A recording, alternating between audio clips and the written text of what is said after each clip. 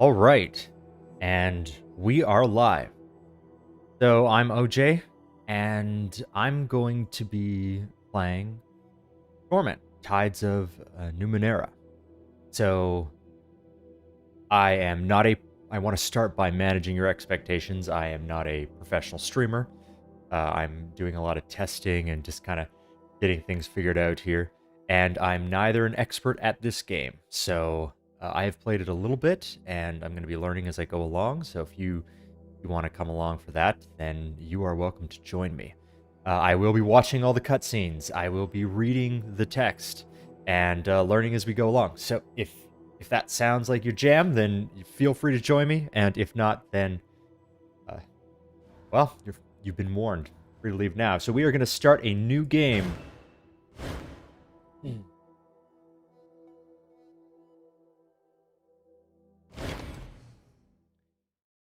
So we start by making our character.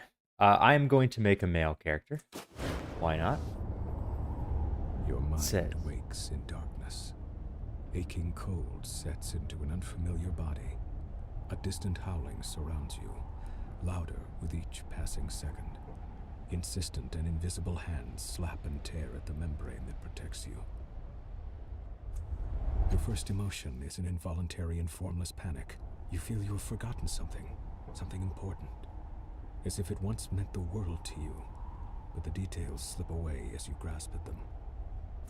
You force your eyes open. So at this point, I think I want to look around. I'm not that concerned about my body. I want to see where I'm at. A pink, fleshy cocoon surrounds you. Even as you look, a minor rent in its side tears open, and the howling wind forces its way inside.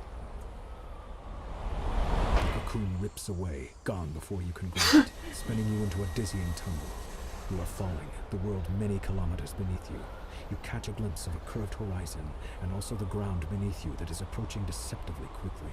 Above you, a small moon is slowly collapsing in upon itself. A corona of acid green and black energy playing around its edges. The wind buffets you and burns your eyes, but you don't need to see the details of the faraway ground to know you're in serious trouble. You won't survive a fall from this stratospheric height. A part of your frantic mind babbles that technically you probably fell from a thermospheric height. You struggle to stay focused as the ground rushes toward you. So I think right now I'm focused on survival. It's quite loud. I'm going to reduce this sound.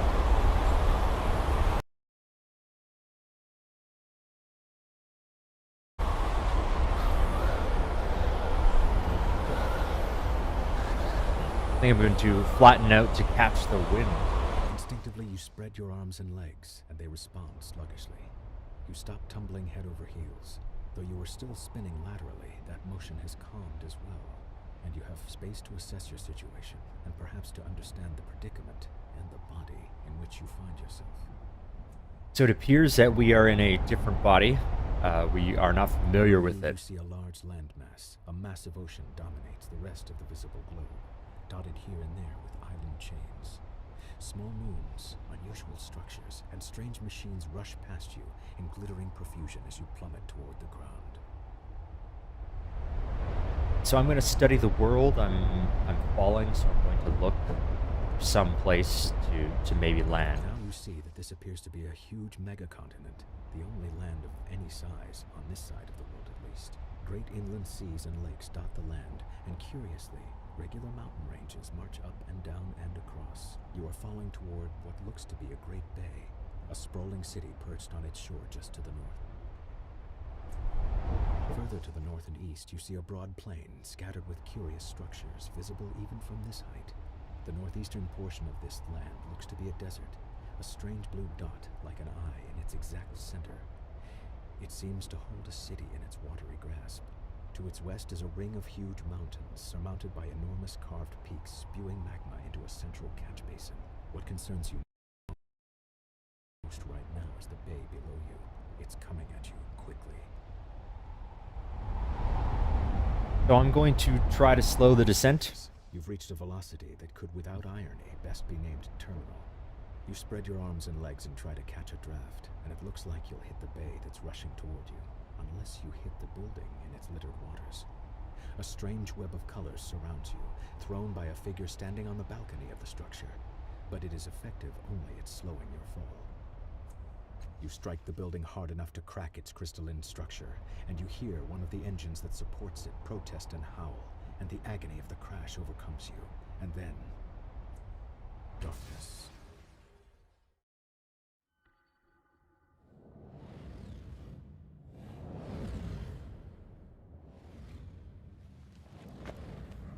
So this is quite the place we find ourselves in. So it's going to take us through the tutorial. I am a little familiar with this, but it has been a while since I played. So, light only emanates from here.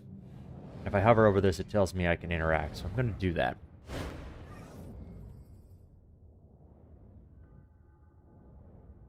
His jumbled thoughts cloud your head as you study the empty bowl before you. Drops of liquid fall from the ceiling, splattering on the ground next to the bowl. The light from every drop is reflected in the bowl's rounded hollow, as if it hungers for that light and needs to be filled. Yet the bowl remains dry. Another drop falls from the ceiling and splashes across the pylons, wasted. So, here it looks like we're doing a check. I like to be thorough and check things before I do a check, so I'm going to examine the bowl, see if I can see anything.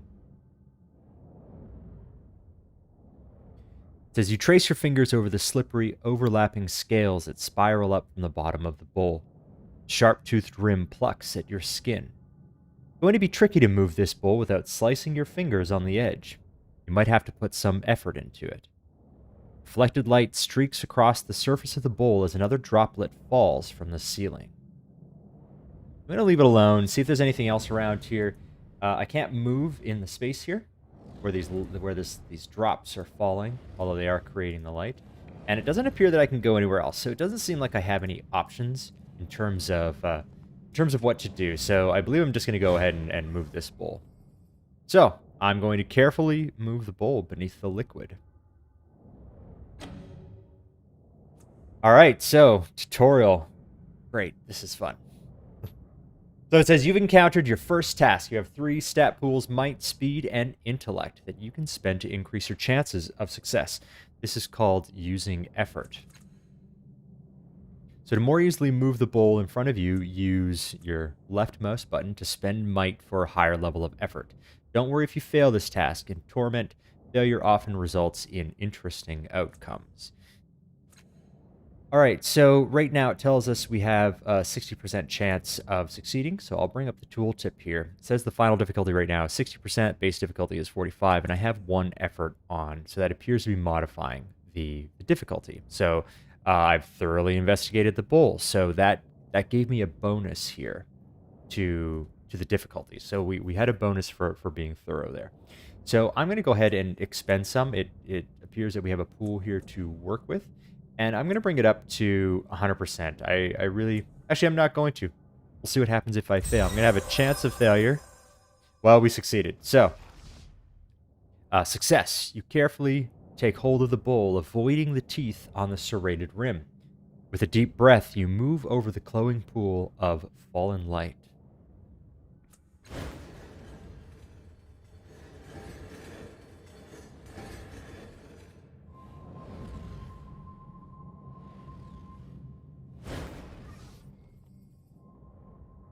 All right, folks, just give me 1 moment. I'm going to make a quick change. All right, folks, sorry about that. We are back at it. As drop by drop, the bowl fills, ripples spreading over the blurred outline of your reflection. Pale blue luminescence stretches into the corners of the room. A voice calls out somewhere high above, beyond the reaches of the spreading light. Hello, are you still alive down there? We're up here. Build a path to us and be careful.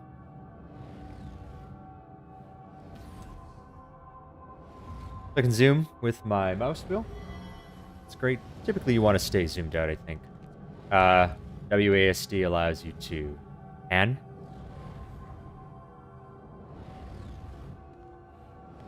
So there's another object up here that's interactable. So this is an interesting place. I don't know what it is, and then the doors appear to be made of some kind of iron. Here, we'll pan the edge here. Some kind of iron. Very interesting. Let's take a look down here, what's going on. As soon as you touch the orb, a memory floods your mind. You stand in front of a rusted door. The air is humid and dank. You've had a moment's respite from this waterlogged hell, a bubble of stale air at your resting point. You breathed water before, and you've lived decades beneath the waves, but this body's an air breather, and the constant pressure has been crushing you ever so subtly. Worse, your companion's mind seems to be wandering from the task at hand. He's a genius with machines, as you well know, but now he seems distracted. The device in his hands is covered with knobs, wires, and antennas. He believes he can get the two of you through the corroded door, but he's merely staring at it. Perhaps he's lost faith in his invention, but that's hardly your concern. This mission cannot be delayed. It must proceed.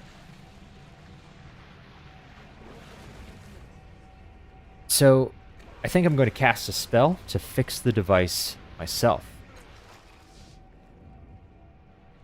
As you mumble a few words, drawing power from the air around you until a solution appears in your mind. You snatch the device from his hands, rewire it, and shove it back at him.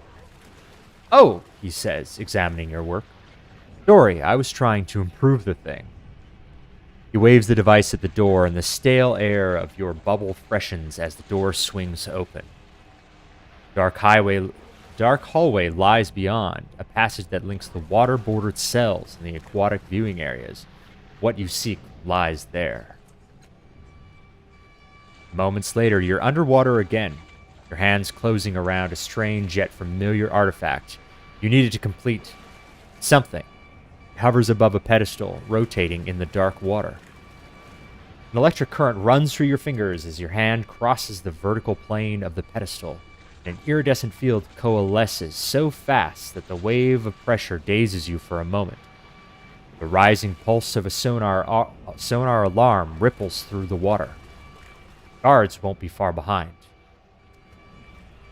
So, I can either run, I can come back for it, they won't be able to protect it forever.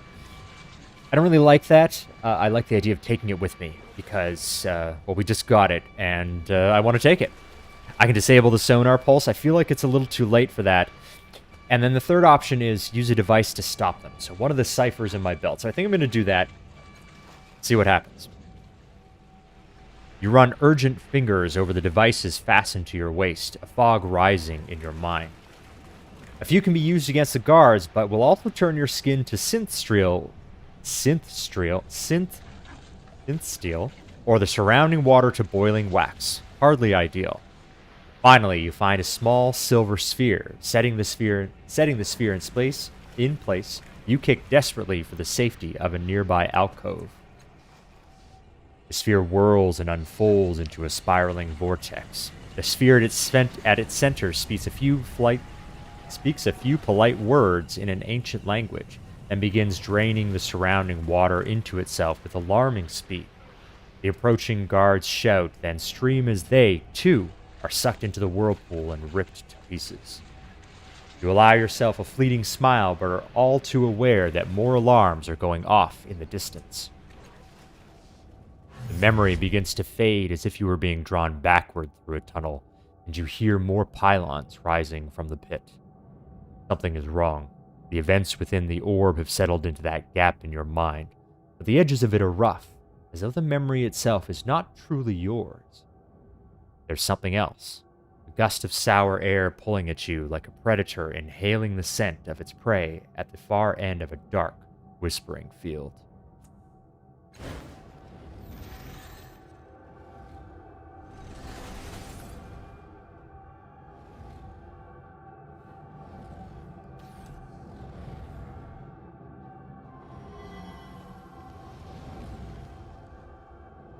So it appears that there's another interactable object here. think I can take a look at these doors. Yeah, if you just hover over them, you get the examine tooltip here. The light around the door's frame dims and flares like a roaring fire in a high wind. This one. No sign or symbol tells you what might be behind this enormous door. Dull chill radiates from its bronze, segmented surface, and the thick metal wheel seems frozen into place. And the last one. Countless scratches and wounds mar the surface of this door. Someone made a great effort to get inside, to no avail. Alright, well, let's see what this is. Looks like another memory. Lots of backstory here. You stand beside a woman on a verdant crag. Beneath the two of you is a broad plateau towering above the overgrowth far below. Strange machines have been built into the cliffside, presumably for reconnaissance or defense. A metallic disc gleams from the center of the plateau. Your self-aware humanoid machines drill into the base of the cliffs below. If you were looking for a sanctuary, and you were, desperately, this seems like the right place.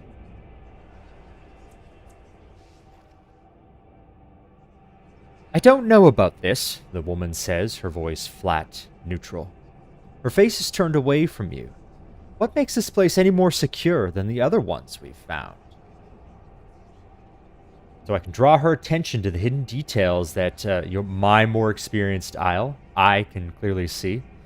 I can use my charm to persuade her of the merits of the site and remind her of the time constraints. And I can convince her with the wisdom of my superior intellect. So, that seems a little, well, we'll see. I think that I would like to do that, even though it sounds kind of condescending. But I think that this is taking us, down the path that our character is an intelligent character. So, it doesn't necessarily mean that we're going to be, condescending to her. I think it's just more that that we're going to look at the merits of the place and use that to our advantage. A slight chill enters the air as you describe the potential power of the metallic disc below and the sealed vaults beneath it. She nods. So what's your servitor machines doing down there? You've already chosen this as the site, haven't you? She waits for your affirmation and says, "All right, I'm convinced." The two of you sketch your plans for the sanctuary, drawing schematics and architectural diagrams. Then you descend onto the plateau to examine the open ground. The woman suggests having one of the servitors build a shelter for your time here. You try to draw one of the constructs away from its task, but it doesn't respond to your voice. When you lay a hand on its shoulder to reinforce your command, it whirls and strikes you across the face with inhuman speed. It turns back to its task, ignoring you. Your companion helps you rise, laughter in her eyes. It seems your construct has other ideas. What's the matter with it? So I'm not sure. Use the Numenera integrate into the construct's body to overwhelm the behavior malfunction. I guess it's a behavior malfunction. We just learned that. Examine the construct for mechanical faults or look for a deeper solution. Maybe it's an effect of the metallic disc itself. So I'm going to do that. It seems like it would be odd. I mean, possibly there's some problems with the construct and it might be a malfunction. But we're talking about this metal disc up earlier, so I think that it's an important object and it might be having an effect here. So I'm gonna take a look at that. And I don't remember from the first time I played this if it does or not, so I'm kind of doing this not totally blind, but I don't remember anything. Just as a point.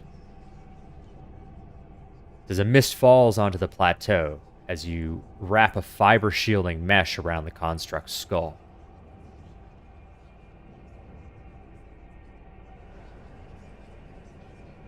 The mesh powers up, protecting the construct's mind from any trans-dimensional emissions that might be in the area. Taking a deep breath, you repeat your command. Acknowledged, it obediently trundles to the site of your new shelter. So it appears that it had something to do with that. So mist falls into the plateau around the constructs. So there did appear to be some sort of transdimensional emissions in the area. I don't know if it had anything to do with this disc, but it appears that it did. I guess fiber shielding mesh does the trick against transdimensional emissions. You learn something new every day. All right, onward. The image freezes, then fades, and you feel the memory filling the gap in your mind, block by jagged block. You stagger, clutching your head, reclaiming your memory's hurts. And once more, there's something else. Hairs lift one by one on the back of your neck. Something beyond this room can sense what you are doing, and it's hunting you.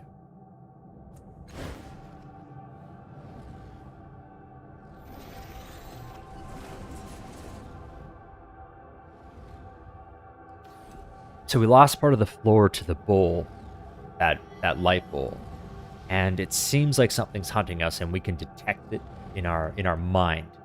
So we're going to go ahead and interact with this because I don't want anything to do with that. A vision of a city springs up around you, your city, in flames and under attack. Her defenders have fought and died all day, and still the attackers keep coming. They fight as if your destruction were demanded of them. They care nothing for mercy, surrender, or plunder. What they want is blood. But you have brought a keen-eyed companion to the top of the tower. She has seen the way to stop the invaders. You need to get her to safety, and you need to rally your defenders. But even as you turn toward the door of the tower, two of the attackers descend from a hovering machine. You don't have any time to strike at them before they land. One is brutishly large, his weapon a vibrating axe. The other is slim, sheathed in glassy armor, and holding a hilt with a sizzling, invisible blade. Your companion backs away. She's too young to help. Your enemies advance single file, confined by the parapet. So, I think I'm going to fight defensively and figure out who presents the greater threat. I can't really decide between these two. I mean, obviously, there's the idea that the big guy is scary, but then, the little one seems to be skilled and is probably deadly as well. And, well, apparently has an invisible blade, but we can see the hilt, it sounds like. And perhaps even hear it. It does say it is sizzling, so it sounds like the blade is making a sound, so we know it's there. Okay, so we're going to figure out who presents the greater threat. The memory seems crystal clear. The giant is menacing, it's true, but the invisible blade of his companion is more worrisome still. The energy field that flickers and wavers around it suggests that she can carve matter at the molecular level, tearing pieces of her target into nothingness. If you're to save yourself, the best bet is to tackle her first. She's stuck behind the giant, waiting her turn to attack you, unable to bring her weapon to bear until he's out of the way. But it's clear that she expects him to handle you, and her eyes rove behind you, her focus on your ward. She's certainly not expecting you to dive between the giant's legs and come up inside her guard. She can't bring her blade to bear in time, and you drive your dagger up under her chin. You catch her before her deadly blade drops onto you and spin her around. The weapon slashes into the giant, and he topples, bisected. Well, that's fairly gruesome. Sounds like it worked out for us, though, so far.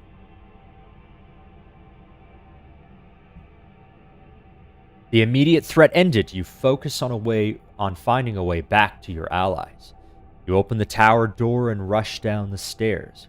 The door at the base of the stairs is slightly cracked, opening just a bit into the hall, and you hear more of the enemy soldiers beyond. So, I like the idea of cracking the door open and trying to sneak past them.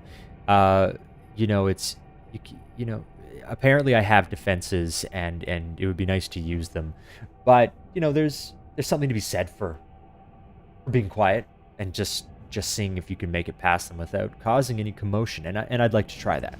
See what happens. You press yourself against the gleaming door, easing it open, and your breath catches in your throat as it squeaks quietly, a sound like a bell in your memory. You pause, but the soldiers in the hall continue to talk. You push again, squeeze yourself through the narrow opening, and creep down the blood-stained hall.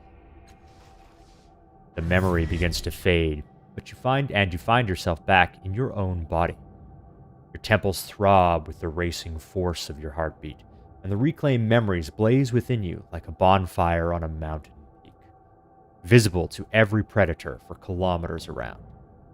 A tremor rocks the floor beneath you as though a massive fist has struck through the room itself. Swaying on your feet, you see frantic movement within the borders of a mirror at the edge of the room.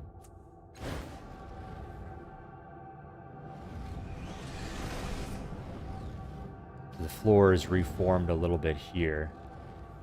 Go ahead and make our way towards this door over here. There's the mirror. You can interact with it. So let's go ahead and see what we get. Those drops are no longer hitting the bowl. They're just dropping into this giant hole here. I wonder what happened to it. The border of this mirror is lavishly decorated with a dizzying number of interlocked symbols, daggers, masks, paintbrushes, amulets, and more. That's nothing compared to what you see in the glass. You see a vast crowd of people, exact doppelgangers of you, shoving, arguing with, and fighting each other. Most are drab imitations of you, but a precious few are vivid and pull at your attention. Each of them bears an intricate pentagonal tattoo on their head.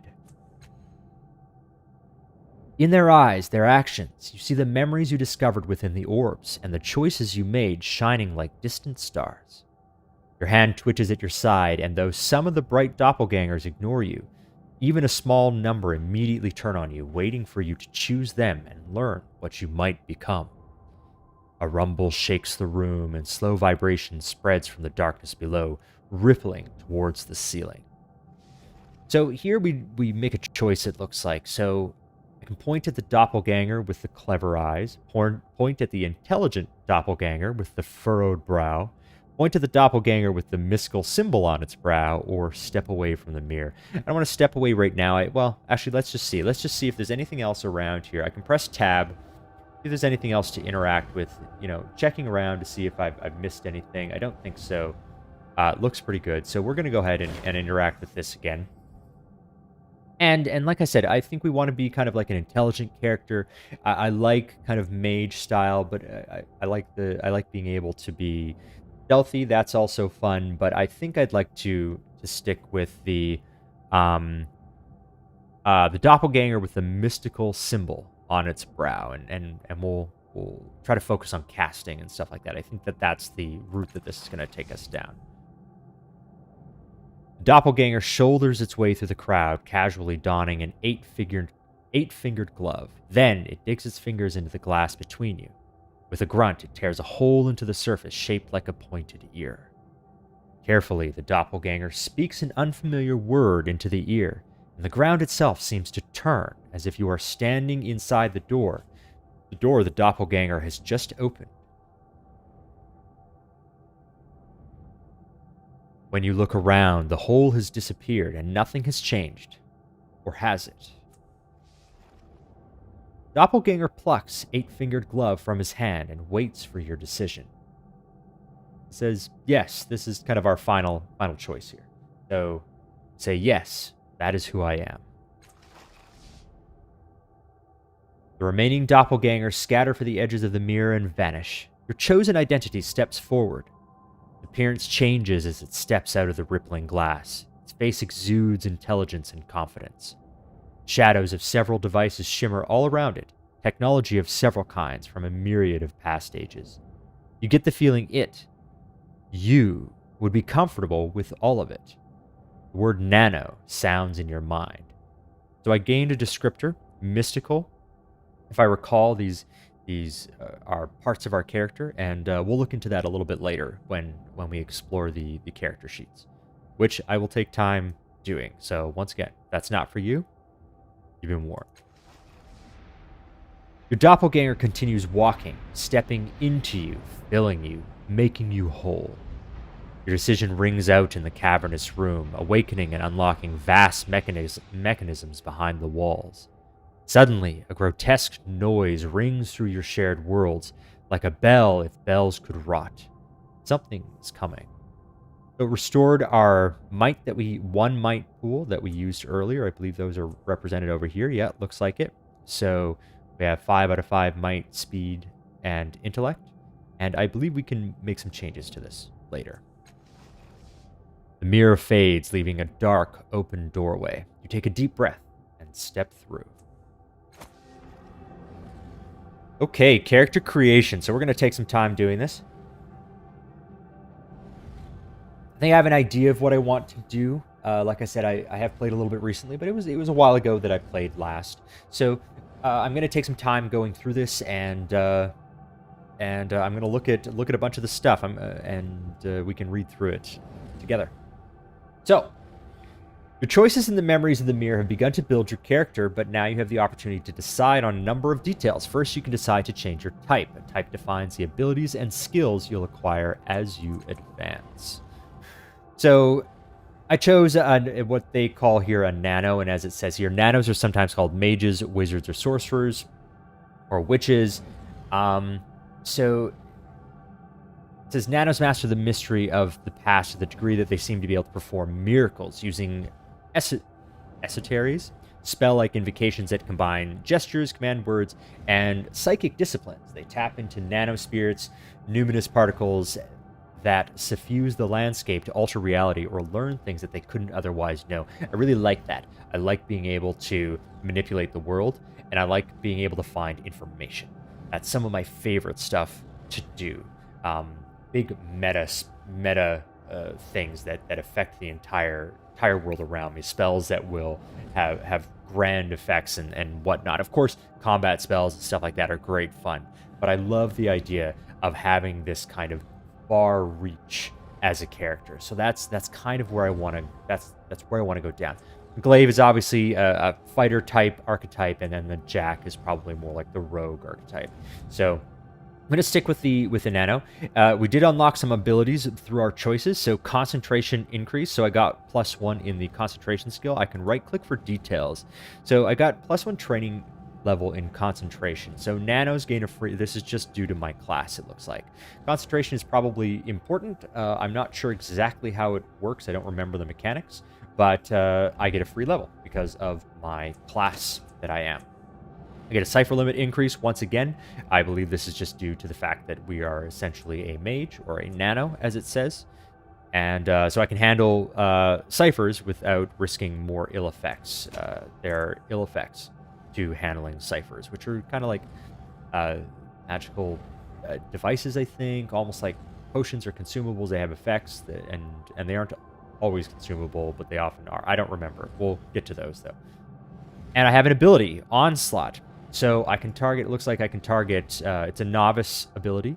I can target one enemy, and the range is medium. So this seems like it's our basic kind of damage spell or cantrip type spell. So I'm not sure if it means it takes 1 intellect. I don't remember exactly how this format is. Maybe it will give me a better idea if I'm hovering. Well, we'll get to what that means. So choose a damage type. Deal 5 damage to that type and confer a minor additional effect based on the choice. So +1, so we can get extra damage by applying effort. So that's great. I believe it costs 1 intellect from our pool. I think that's what that means. So it's defended by willpower. So these are stats that you have and that monsters have. It consumes your action, and I believe this is like its, I want to say it's magic school kind of thing. So esoteric, and it's an attack spell. So assail your foes' bodies or minds with a blast of summon energy. Just an energy blast. So our basic kind of damaging spell that we get early on in the game. All right, great. So we're going to stick with nano, like I said. Last cast off, this is what we look like over here, it looks like. And I think I can change these here. And I don't remember if I have to click on any of these and do anything. Nope, doesn't appear so. So I'm going to, I think that these are determined as we move on. So character creation. Stat pools are resources you use to apply effort or activate abilities. So that's our stat pool shown here. So our might, speed, and intellect. So you can distribute points as you see fit. Glaives glaives tend to favor might and or speed, while nanos favor intellect. So that's not surprising. Jacks usually benefit from a balanced set of all points. So yeah, it sounds like the glaive can be kind of a dexterity-based character, i.e. speed, or a might-based character, so strength. Whereas, and the nanos, the mages, essentially really depend on their intellect, and then you've got your jacks, which are a jack of all trades, maybe where they decided to choose that name from.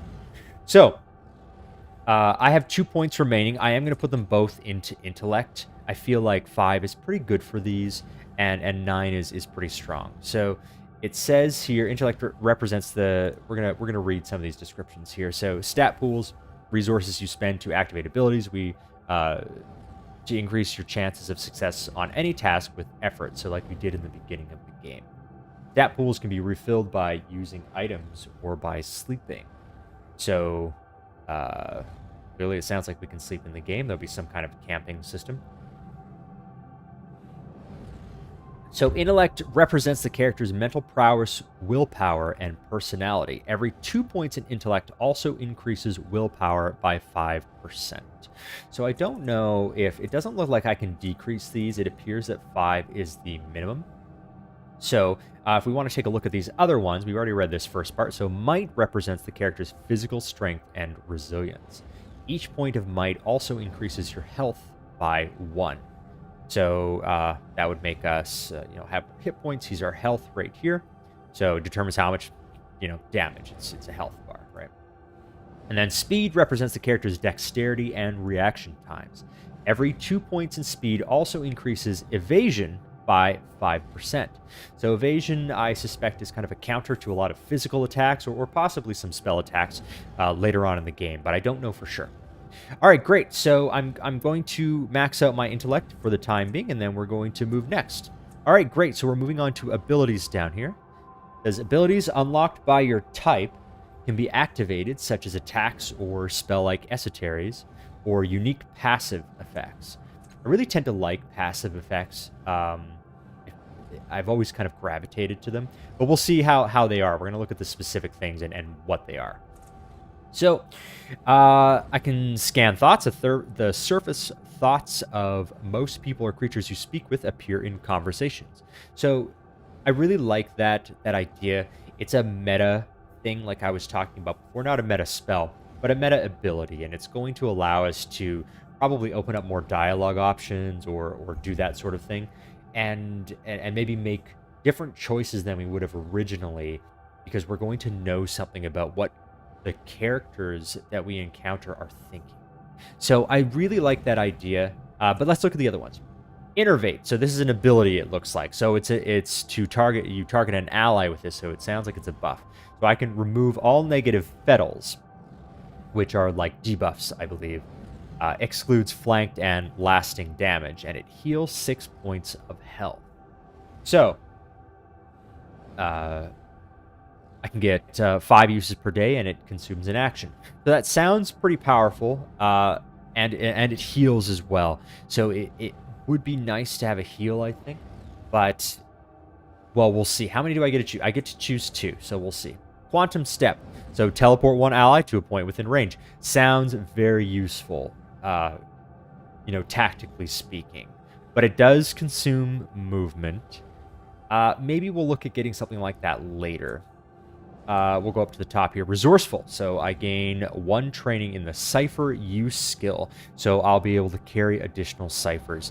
I think that I'll hold off on that for now. I'm not going to have... I don't know how many ciphers I'm going to have early on in the game. And maybe I'll regret it. We'll see. Adaptation. So it targets... It's an area of effect, which is handy. So allies in immediate area. So the range is short. That typically means, obviously it means you're going to need to be close to your allies.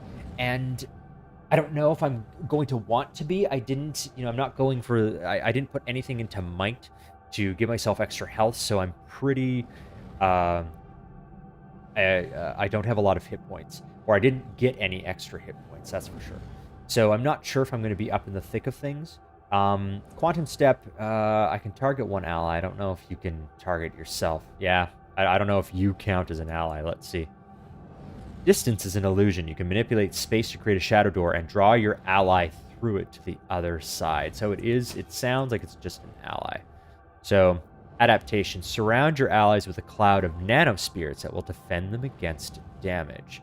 Okay, so it's a shield spell, a buff. They get 2 armor and 1 resistance. I don't know exactly what these do, and I can't click on them to get a description, but I'm sure that we will encounter it at some point during the game where we can learn exactly how the mechanics of this work.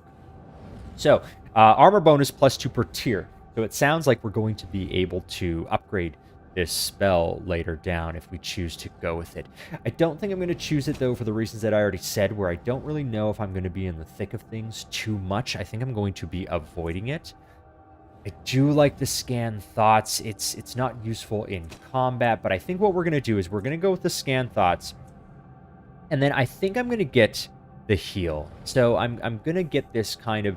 I really like being able to have a heal, so I'm going to go with that. So it says channel a subtle esotery through the body of an ally, purging most negative effects from them and healing their wounds. So we will go ahead and do that.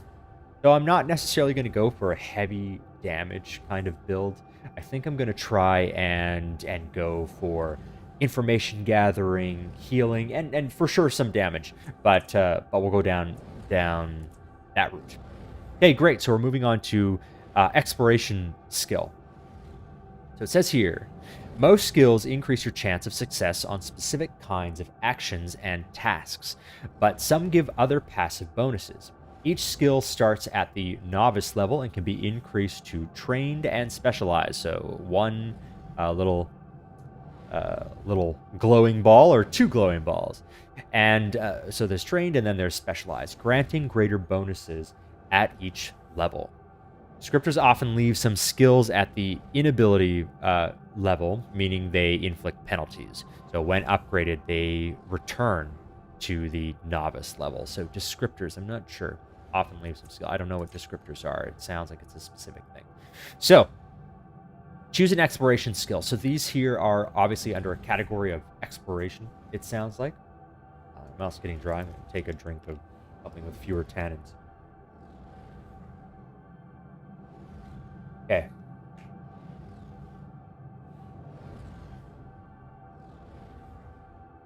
So it says, exploration skills provide benefits to any tasks and challenges you may come across, increasing your odds of success while using them. Some exploration skills also have additional benefits, such as granting increased health or increasing the number of ciphers you can safely carry. So let's take a look at these. So the mystical, I don't want to do that yet. So I want to, well, I think if I just choose these, it moves it. Okay. So mystical, we already have a point in mystical.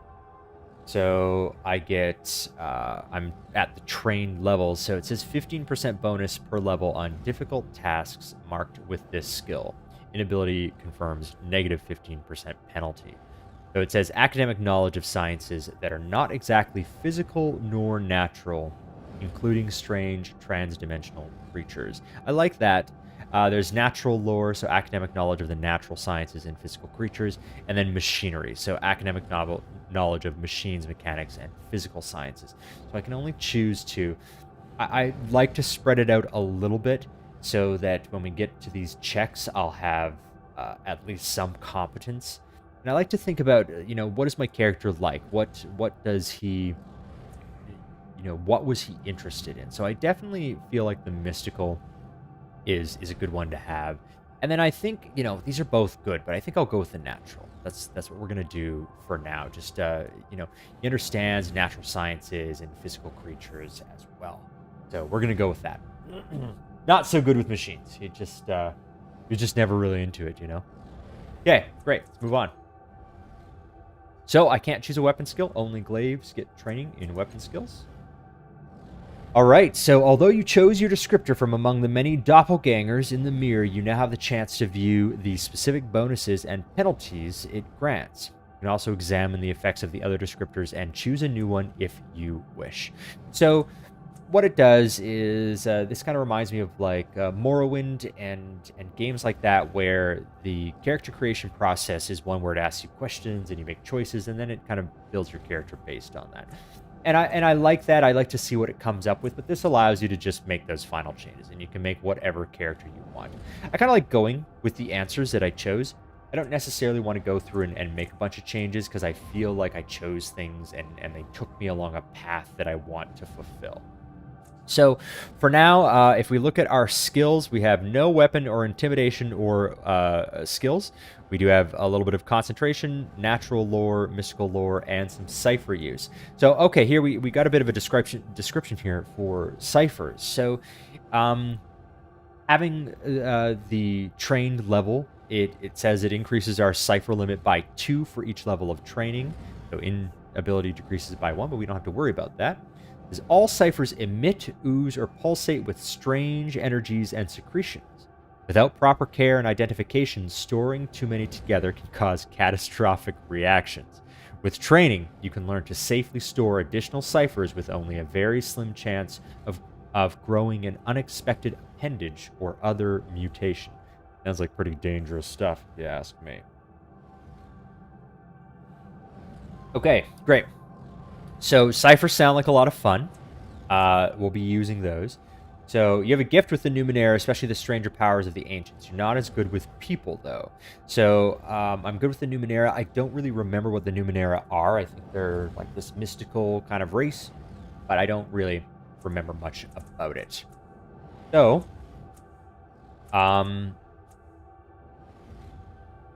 it already chose mystical. I think it's not showing up any here as chosen. So I don't know.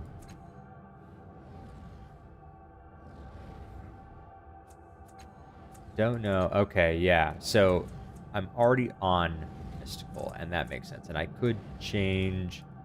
No, it's going off that. So I'm mystical. I think that works for me. You can look at these other ones, and it's going to give you. Yeah. So I got these other background, the descriptors here. It already chose mystical for me, and I think I like that. I do think I like that, but it's fun to look through and see what the other ones give you. So if, for instance, in intelligent, I don't get as many skills, but I get a much larger intellect field. So you're gonna be able to do more damage in fights potentially, or overcome some obstacles more competently, or without rest, if they're intelligence based in this case. Learn gives us more lore, healing. Oh yeah, there's a healing skill, eh? Anyway, I'm going to stick with what I got as mystical. I like that. And we're going to go ahead and get started. Before we do, I am going to take a quick break, make some tea, and go to the bathroom. So I will be right back, and we will go from there. All right.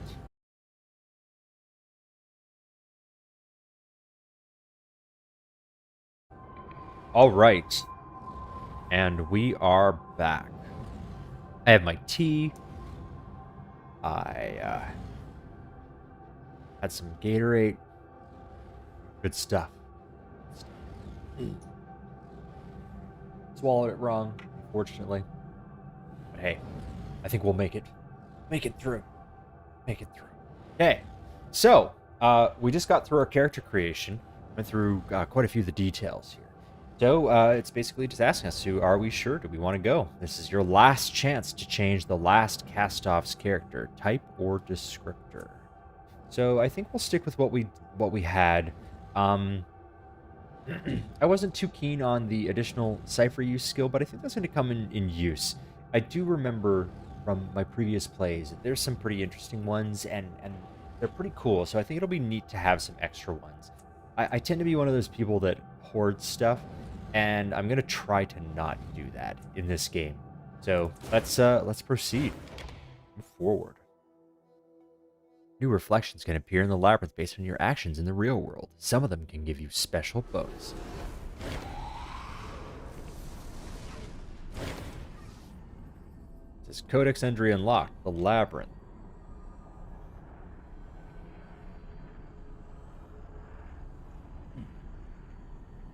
Sorry.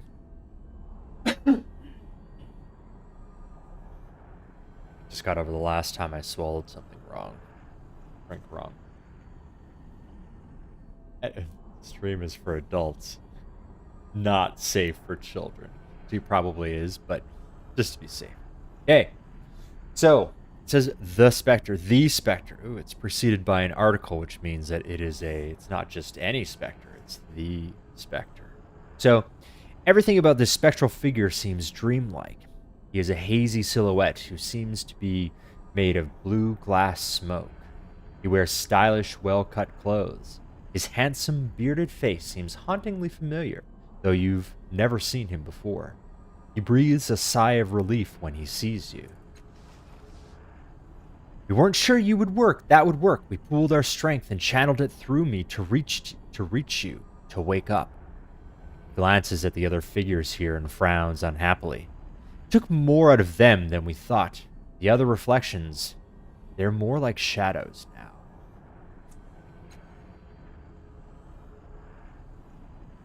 Look, I'll bet you've got a lot of questions. This whole place is basically your mind. Your body's still out there in the real world, healing from that fall. You need to get out there and finish this process. He shrugs. Shouldn't be too hard. Alright, so we have some options. Let's see. Before I met you, I felt like something was hunting me. Do you know what it was? Remember that feeling? I'm concerned about whatever that was. That I had to finish the process? What do you mean by that? Who are these other people? You called them reflections. If this place is my mind, I don't remember any of this, any of you. Who are you? How do you know all this, all that you're telling me? So I feel like I want to ask about what was hunting us because it could be imminent. He closes his eyes. That's a memory I don't want to recall. Large, black, furious. It's our death. It's the sorrow. Closes his eyes. I hope it's lost its interest in you. If it finds us, done for. So we can continue with the other questions that we had. So I want to know who he is. So I said, who are you? He pauses and looks down at himself, considering a long time before answering. I'm you, part of your mind, a splinter. I was waiting here for you. We called you with the memories of the others who are here. I don't know what happened next. How do you know all this? All that you're telling me? He throws up his hands in frustration. I'm just a part of you. I look at you and I know. This place was made for you. For us. And I remember the pieces of knowledge that come to me when you ask your questions. But that's all. You said I had to finish the process. What do you mean by that? After you wake up from this dream state and attune to the tides, you'll need to find something called a resonance chamber. Your body should have landed somewhere near it. Just climb inside it, and everything will be fine. So, what do you mean, attuned to the tides? Tides are like a force, like gravity or magnetism or something, except they respond to people's actions and perceptions. Your body, that is your body in the real world, needs the tides to survive. It's not something you need to worry about. Your body will attune as it wakes up. Well, what's a resonance chamber? I remember pieces about it, but not the whole. It's a crystal sarcophagus. I remember it having 5 mechanical arms around it and metal rings set in the floor. I think we were aiming for it when we fell. When you open your eyes in the real world, it should be nearby. Who are these other people? You call them reflections. That's what they are. As I said, it's your mind. You'll find reflections of people you knew, people you met in the real world, and with whom you shared some kind of psychic connection. I don't know how or why. It just happens. If this place is my mind, why don't I remember any of this? Any of you? It's your mind. A construct built to... I don't know. Share thoughts, store your true self. Wait, you know how people say, in the first place? This is definitely the first place of your memory. Well, it was the first place for me, anyway. You'd probably know better since it's yours. If you don't remember now, maybe it will come to you later. So, how do I get back to the real world? There's a portal down there. It'll take you back to your body. Just step through it and the whole tides thing should just take care of itself. He crosses his arms. When you wake up, find the resonance chamber and activate it. Then we can... What in the hells is that?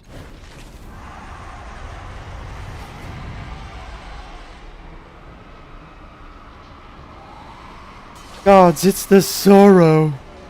Uh-oh. The sorrow is anchored to those reflections. It's devouring their power. We have to get rid of them. Destroy its anchors or else the sorrow will erase us forever. Alright, so a crisis has been initiated. This is combat, as far as I know. They call that a crisis. I would say, yeah. When you're in combat, that qualifies as a crisis. Crisis begins when you enter into a dangerous situation. There you go. Crises are turn-based encounters where you can fight, sneak, manipulate the environment, or talk your way out of trouble.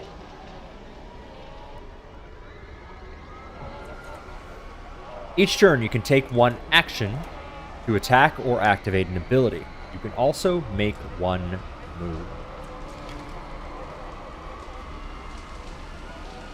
That reflection near you, kill it. You'll loosen the sorrow's anchor. Okay, so use your left mouse button to attack an enemy or move to a position. Try clicking the highlighted character now. So, my current objective is listed here, and I can hide or bring this up. Kill the reflections anchoring the sorrow to your mind.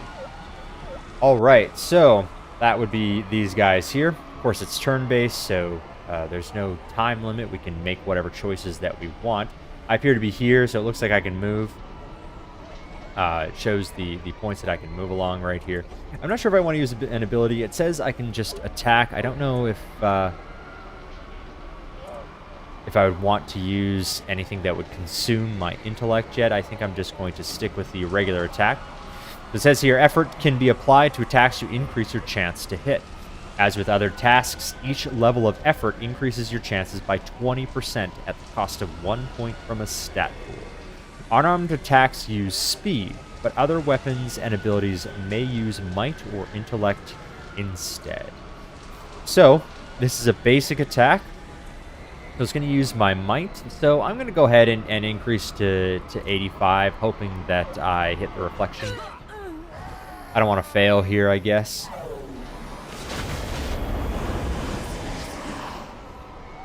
What in the... It's escaping. It's going to hide inside your mind. Now run. Get to the next one. So I don't think we want this guy inside our mind. Sounds like a pretty shitty deal. We'll see what happens, though. So I can sacrifice my action for the turn to double move instead of attacking. It's like a dash in D&D. The movement preview line turns purple when you move over a position that requires a double move. So right now it's blue.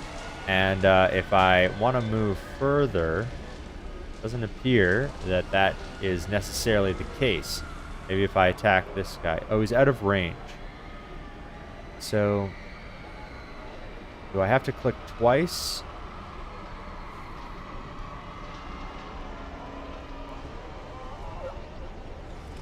Yeah, so that took our action.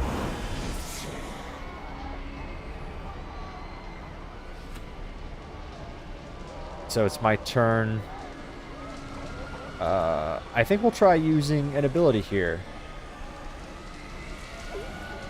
We will do energy damage. What is it? Does it say what it does?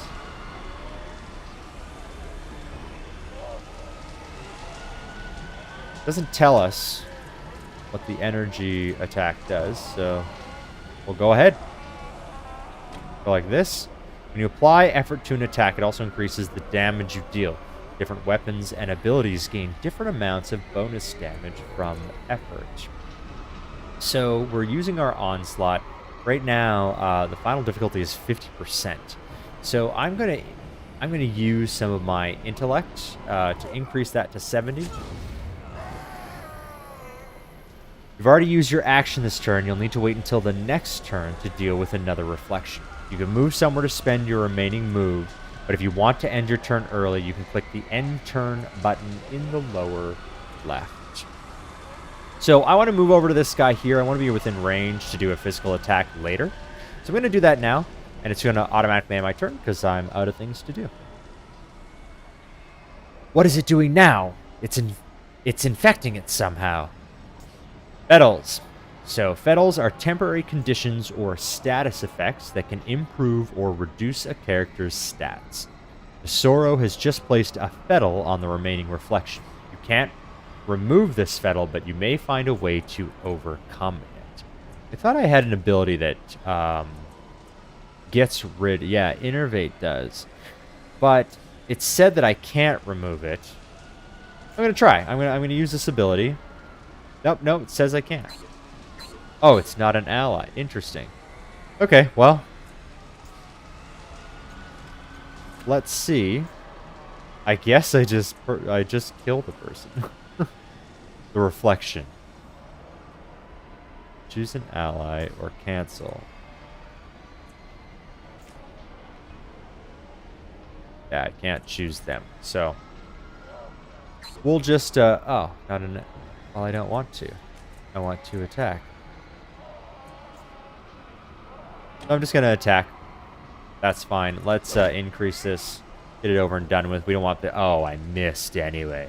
The armor stat reduces physical damage. Okay, so this is what I was talking about before. We'll find out what these status effects are, or buffs or debuffs. So the armor stat reduces physical damage.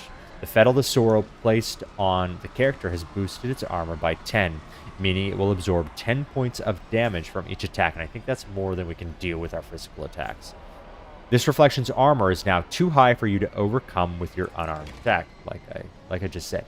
Skist. The reflection is protected somehow. You need to find a way to hit it even harder.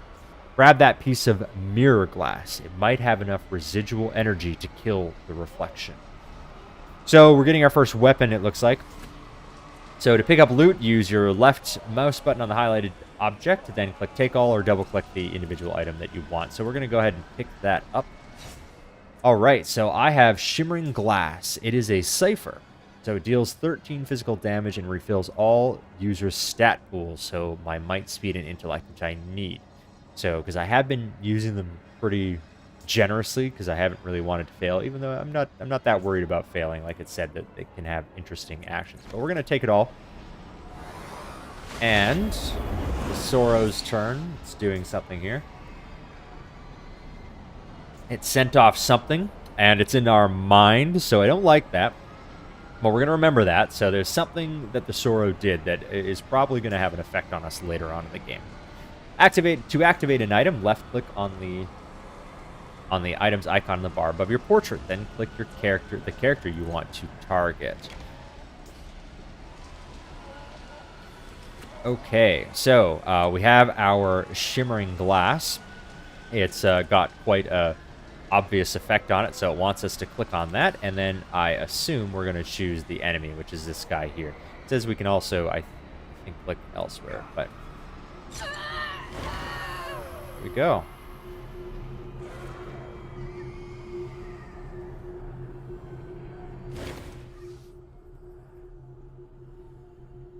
You pried it loose. That thing is a cancer, an infection. It's unstoppable, but you stopped it. He holds his head in his hands. I can't believe it found us. In here. He looks at you, terror in his eyes. That thing, the Sorrow, has been hunting you. It's what killed you in the first place. It'll keep hunting you until you activate the resonance chamber. I didn't remember until I saw it, but that's why the chamber is so important. You have to get back and activate the chamber before it's too late. The portal to your body is that shimmering dome there. Go! Now! Alright. I guess I'll go now. Wait, let's see if there's anything on the ground. The Spectre is over there. I wonder if I can talk to him. Or what happens if I click on him. Oh, well. I've told you everything I know until you get until you get to the resonance chamber, I'm just as blind as you. He points to the rift in space leading back to the real world. You just head through that portal, activate the chamber, and we're healed. It's as simple as that. I'll ask him, what is the Sora? That thing that was here, that enormous shadow, that was just the smallest piece of it. You felt it. You saw it. It's our death. I don't know anything more than that. And I don't want to know who he is again, because I remember, so all right, I am gone. We're going to take a little bit of a look around. So there's a... It says here, when we look over, the swirling depths flicker with mysteries and powers you cannot define. Okay. Well, it looks like that's all we can do. If I press tab, it tells me here, tab on the keyboard, it tells me here that I can click on this. It has a little door with the arrow, so we're going to click on that. And away we go.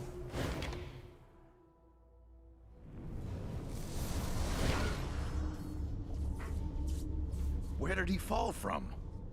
His body smashed to talk. It's a wonder he's still breathing. All I saw was the corona, not his origin point. But look, he's healing already. Spontaneous regeneration.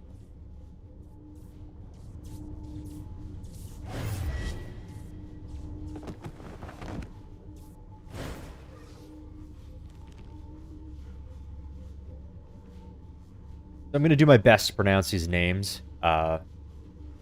See how it goes. Allegern. That is the male, if I recall. Here. Ugh, what was that? What did you do, Calisteg? Calistege? I'm not sure. Calistegi. His tone has become accusatory, suspicious. You open your eyes. The first thing you notice is this man's kaleidoscope of tattoos writhing across his forearms. He wears a long, dark coat belted at the waist, supplies filling the pockets. His boots are worn and stained with years of travel. The woman says, "You blame me." He emitted an internal physiological reaction in response to the fall, probably related to that fantastic healing process. Obviously, Allegern. Her voice rolls and hisses, and you have to rub your eyes to be sure that you're not seeing double. Faint echoes of her actions trail from her, each nearly mimicking her, though some act and react stimuli that you can't perceive. Her vivid hair and outrageous clothing remain constant through these shadows. Oh yes, it's obvious, Calisteg, his voice grim and clipped. Then he sees you looking at him. You're no ordinary mortal, we know that much. Start talking. His face is hard and set. If I can scan thoughts, this was the ability that we chose when we did our character creation. So he's thinking, he's the changing god. Calisteg is deliberately blinding herself, but why? So, I can make use of this. It's going to impact what I'm going to say to him. So I don't really know much about him. I've only played a little bit into the game. So let's take a look at what we're going to do. I don't know anything about these people, so I don't really trust them yet. But it seems that there's some hostility between them. If I can say, I'm no ordinary mortal, what do you mean? So asking for clarification on what he said. And then I can ask him who he is. Where am I? How did I get here? Well, we fell. So we kind of know how we got here. And was I dead? I don't know if I was dead when I fell. They didn't appear. They talked a little bit about my healing. So let's go with this. Why does he not think I'm an ordinary mortal? Probably the whole not dying thing, but we'll get there. But also, I'm using the information that I have here. I was able to scan his thoughts. So he thinks I'm the changing god. So I'm going to ask him what he means by it and see if it differs from his thoughts. Allegern says, "You don't really know." He cocks his head to the side. "I'm starting to think you're not him." So he's already alluding to his idea that I'm the changing god. So he's not trying to keep it a secret, it seems, but we'll find out. Starting to think Allegern. Tell me, is it a novel experience? Hostility there. Alagurn's being more paranoid than usual. How long must I put up with him? Alagurn says, it's his face. I've never seen any other people rebuild themselves like that. Only the changing god could have healed so quickly. He sighs and rubs his face, trying to regain his composure. Maybe you could help me for a change. You know what this means to me. Callistake. You're familiar with the word changing, Alagurn. It implies inconsistency. Thus, the changing god may well have changed. Several versions of her shrug, and she addresses you. You'll have to forgive him. He believes you're someone he once knew, even though it's painfully obvious to anyone that you are newly born. Her most solid self curtsies while the others bow or spin. I and my sisters am Callistake. This is Alagurn. We are explorers, knowledge seekers. That's how we came to be in this room. If I'm not mistaken, you are what we call a cast-off. The changing god created you, body and mind. Your sire used your body for a time, then abandoned it for reasons of his own. When his mind departed for a new experience, you were born in this cast-off shell. Okay, so we're learning a little bit about what we are and who we are. Okay, great. So, we have some questions. So, where are we? What is this place? Who is the changing god? Are there other cast-offs? It sounds like there's others, given her description and kind of our beginning as well. So, you say I was born when the changing god left, but why am I not dead? Before I woke, I was in some kind of dreamlike labyrinth with a glowing specter. I don't know if I want to reveal this kind of stuff yet. We'll see. We'll see kind of how this conversation goes. If falling from the sky didn't kill me, is there anything that can? So, that's interesting. I'd like to start with the basics. Where are we? What is this place? A sanctum of your sires. The common belief is that he has several such places throughout the ninth world, possibly other worlds as well. We were only just able to gain entry to this one because of your grand entrance. Alright, so who is the changing god? I don't know who the changing god is. Let's find out. Ah! That's something coming from you. She gives him a sidelong glance. Changing God is your sire, dear. He discovered a path to immortality long ago, a means to transfer his self to a new body of his own creation. I don't think he knew, however, when he abandoned one body, another mind was birthed to fill the void. Oh, he knew all right. He eyes you up and down coldly. The only thing the changing god cares about is himself. He doesn't give a single thought for those he leaves behind. So I've got another scan thoughts opportunity here, or not an opportunity, but I'm seeing his thoughts, Alagurn's thoughts. So he sees us as experiments, not humans. So I assume he's referring to the changing god in this case. So we're going to ask, I think we know the answer, that there's other cast-offs because they've already kind of answered it, but maybe we'll get some more information about this. So she says, dozens, hundreds, who can say? Your sire's been doing this for several centuries. Well, that's a long time. Though if any of them were born the way you claim to have been, it's a wonder any of them survive. So I guess he's alluding to the fall, the great fall that we had. Okay, so you say I was born when the changing god left, but why am I not dead? Alagurn says, I used a cipher to slow your fall further. It said that in the beginning, that there was someone on a balcony, and I think it was like colors spewed from their hands or something along those lines. I used a cipher to slow your fall further, but the damage still would have killed an ordinary person. But think about it. You're the kind of person who can make your body into anything you want. What do? If you've constructed bodies for centuries, you want to make each one better than the last. You want to live forever. You're not going to let your life end by accident. No. You'll make strong bodies, fast, powerful. Maybe throw in regeneration while you're at it. Changing God has always been vain. He rarely stays long enough in a shell that doesn't suit his self-image. She looks you up and down, her smile suddenly unnerving. Perhaps the changing god fled because he didn't want to wear these scars of yours. So I'm going to ask, I'm curious about what happens to him in between bodies. I think that's an interesting question. So we're going to ask about that. So I asked, if the changing god abandoned my body, where is he now? If he abandoned your body, then his conscience fled to another. He eyes you keenly. Oh, do stop. And the look she gives Allegern is equally piercing, amplified by the withering glares of her sisters. If there's one thing we know about the changing god, dear, it's that he always has a contingency. This child was born here. The object of your obsession will have been reborn somewhere else. Well, how can you be sure this body's a cast-off? You mean aside from your miraculous reformation? For one thing, there's your tattoo. All cast-offs have one, though its purpose is beyond me. And then, of course, there's your delicious naivete. Give a little bit of a flair to it. Allegern says, you could be faking it. You don't live hundreds of years without learning to lie convincingly. Ofer! She sighs in exasperation, then says to you, what do you think? Are you a newborn child, or are you a powerful immortal whom death has robbed of his memories?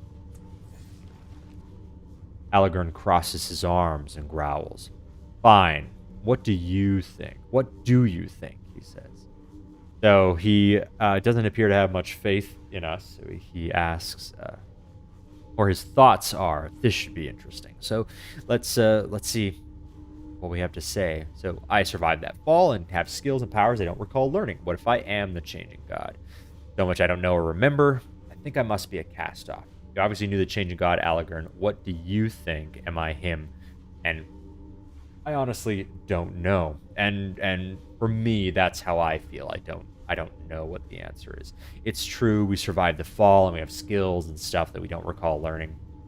But there could be some residual stuff that we don't understand in terms of how these cast-offs form and what happens when the changing god leaves the cast-offs. Because it seems pretty clear that we're one of the two, but we don't really know yet. So I'm going to ask Allegern's opinion, see what he says. As dominant tides change, legacy has shifted. So I think this is a game mechanic. I don't really understand the implications of it, but I'm sure we'll find out.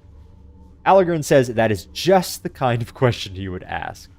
He scrutinized you in a way he hadn't before. You carry yourself with the same arrogance, that glint of knowing everything about our world and the worlds before it. Your personality, that's very much the same. My blue tide raised a small amount. So we're going to find out about how tides affect the game later. If you're not him, you're his god's damned spitting image. He spits as if to emphasize the point. You'll have a lot to answer for from a lot of people. People like me. He thinks after he says it. So he doesn't say this. So it sounds like he has some animosity towards the changing god. But, I mean, I don't have any memories, so I don't know exactly what I'm supposed to do in this circumstance. But it lets me know that later on when I'm making choices, I might not be able to trust him. I'm not sure yet. And what are you basing that conclusion on, Allegern? Your feelings? He looks away, his composure slips a little. Gods, you're so rancid sometimes, Calistage. We'll get it eventually. When I hear it, then I'll be able to say it properly. So I can ask about the blast of energy when I woke. Do we know anything about the tides? So we saw our tide shift a little bit, so we might want to ask about that. And what are the changing gods' bodies like again? We had seen a bunch, and I don't know if those were cast-offs or something. I guess they must have been cast-offs. Or, yeah, if we are the changing god, then we would have seen all of our cast-offs. But it sounds like when we were looking through that mirror, it said that they all looked kind of similar. So that would lead me to believe that perhaps we are the changing god, because like Allegern had said, or I don't remember if it was Allegern, it said it in the text, we refine our body over time if we are the changing god, and we make those changes and we go through them and we try to get better and better each time. So maybe we are the changing god, but we're going to have to spend some time finding out. Okay, so let's ask about the tides, see what that says. She says, I've heard that term before, subject your sire studied in great depth. I'm afraid it isn't my field of inquiry. Well, let's ask about the blast of energy. What was that blast of energy when I woke? As I was telling my colleague, it was obviously a physiological reaction of some kind. I've never witnessed the birth of a cast-off, but yes, it could very well have been caused by your nation consciousness. Don't worry. I don't believe it caused any real harm. Not to me, at least. Really? You've been more abrasive than ever since we came in here. He shoots her a sidelong look. She just can't empathize with other people unless she's experimenting on them. So I'm going to ask if we're sure that they didn't, that the surge didn't hurt her. Maybe there was another effect. Let's find out. If it did, it was damage to our minds, though how you'd check if it carked her, I wouldn't say. Tough to find the normalcy there. At least we know it didn't hurt Allegor. That skull's as thick as organic stone. So let's ask about something else.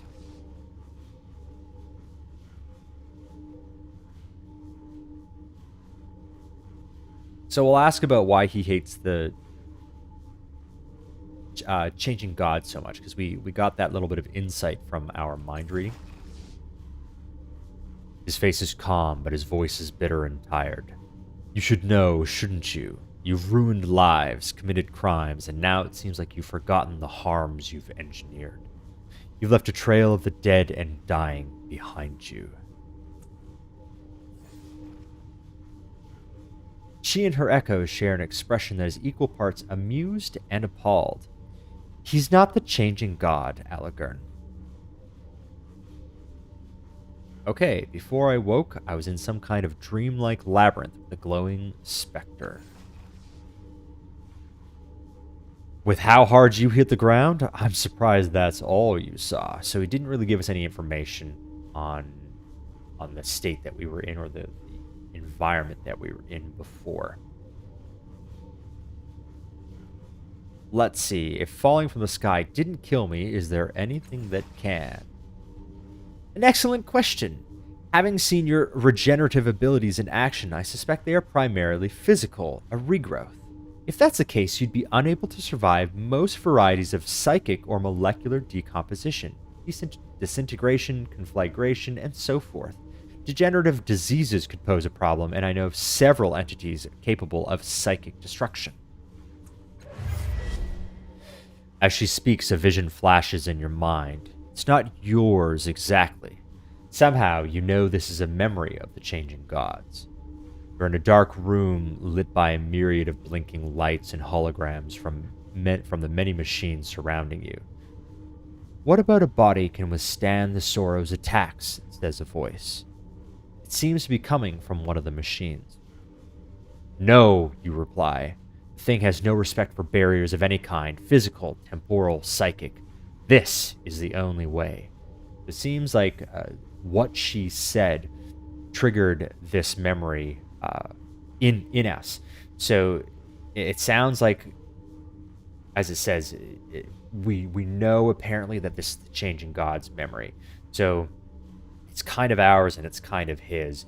And it sounds like the sorrow has been pursuing the changing god for quite some time, and the changing god was looking to somehow withstand those. So it looks like that's the information that they were looking for.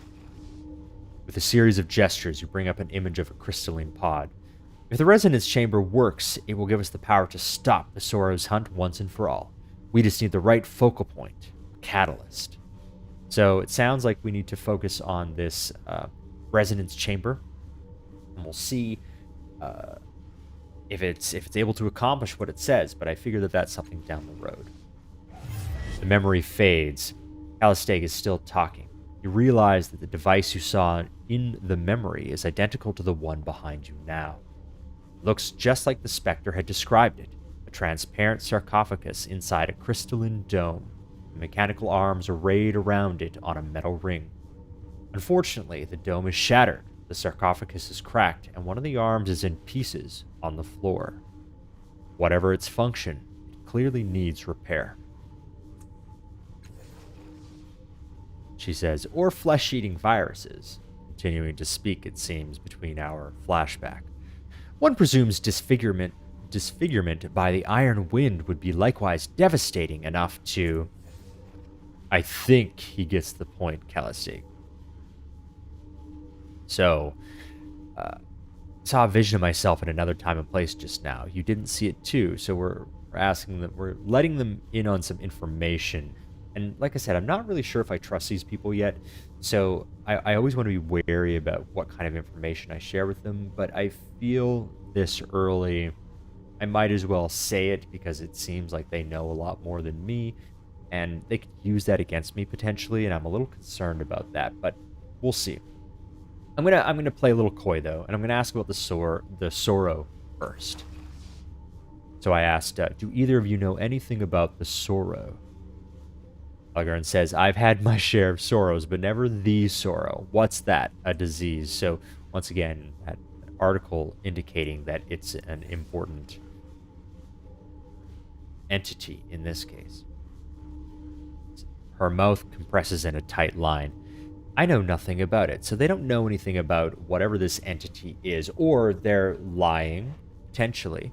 I don't know, I didn't get any surface thoughts that I was able to check out, so we're going to see if we can maybe get some more information. So I don't want to learn about stuff again, I don't need to review. So, I guess we'll tell them. We'll say, I saw a vision of myself in another time and place just now. You didn't see it too, did you? I saw you stare into space while Calistae graphically described all the ways you could die, but that's about it. He snorts. I only noticed because I did the same thing. Alright. Do either of you know how to fix that crystal chamber there? Oh, I got a quest. Fallen to Earth. Our first quest. Alright. Algern chuckles, then firm and certain he says, not likely, though might not be impossible. You need people with the appropriate knowledge. I'm sure the cult of the changing god will hold the answer. So I don't know who those people are. Sure we'll find out. Calistae, her distaste is evident in the expressions of her echoes, although the face of the one in the lead remains carefully impassive. You turn to the insane to help a newborn? Where's your judgment, Algern? I would take him to the Order of Truth. The Order of Truth? Are you mad? They would sooner take us apart. Well, I guess we're going to find out a little bit about these organizations. Oh, well, what's the Order of Truth? Let's find out, see what they say. She says, knowledge seekers, the learned who try to wrest secrets from the hearts of the prior worlds. They gather in the city to exchange their findings and help humanity build a brighter future. She smiles brightly. Our friend Algern here was once one of them. Frauds, quacksalvers, and charlatans. They don't have all the answers, and I'd not trust them with the changing god's secrets. So, interesting, he seems to have this animosity towards the changing god, but clearly understands that there's some kind of power or something that the changing god has that he doesn't trust these folks with. Sounds like he had a bad experience, but, you know, I'm taking everything both of these people say with a grain of salt because I still don't know if I can trust them. You're just angry they couldn't help you with yours, her echoes tinkle laughter. But I'm being too cruel, dear Algern. Let us take our new friend to the Order. I'm going to ask, who's the cult? What's the cult of the changing god? Despite what she says, they're not insane. They're eccentrics. She laughs, but he soldiers on. They're worshippers of, well, you or your sire, the changing god. They devote their lives to understanding your kind. All right, well, they might know some stuff, but they might also do some strange stuff to us. I'm a little wary about both of these groups. The fanaticism is something that concerns me a little bit. I don't know if they're going to take some erratic actions or anything like that. And then with the Order of Truth, it sounds like they might be a little... I mean, she speaks of them fondly, and she had a bad experience with them, so I'm a little concerned that they might have their own brand of fanaticism, and I might be at risk of some kind of exposure by going with them. But we're going to try to gather some more information to make some choices about what we want to do in this scenario. So, let's see. I have some other questions. We're going to see what options we get. I believe I've already done this, so we're going to go, thank you for your help. I'll figure this out on my own. Farewell.